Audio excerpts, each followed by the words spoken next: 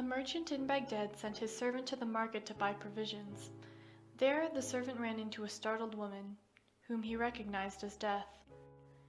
He returned to his master and told him of Death's threatening gesture. The servant then fled far from Baghdad to the land of Samarra, where Death surely would not find him.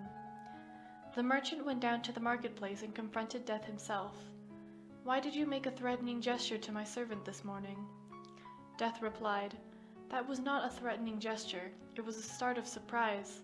I was astonished to see him in Baghdad, because I have an appointment with him, tonight, in Samarra."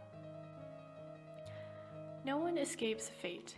According to the philosophical theory of determinism, every cause has an effect, and every effect is the product of existing causes.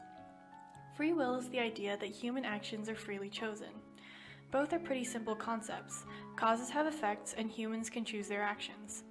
Logically, you cannot believe both of these to be true, though there are plenty of ways you could shape your beliefs to adhere to both schools of thought, but this is a short video and it's hard to cover all the nuances of a topic as broad as fate, so moving on.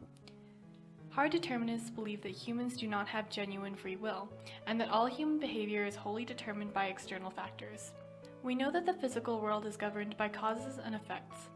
Pushing a vase will cause it to break, but what caused you to make the decisions that you made today? If you had pancakes for breakfast, maybe it was because you wanted something warm, as opposed to the usual bowl of cereal.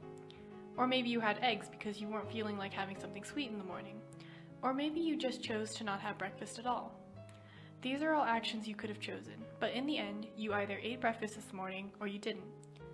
Free will libertarians believe that an action is only free if a person could have done otherwise. But could you have done otherwise if you only ever did what you had already done?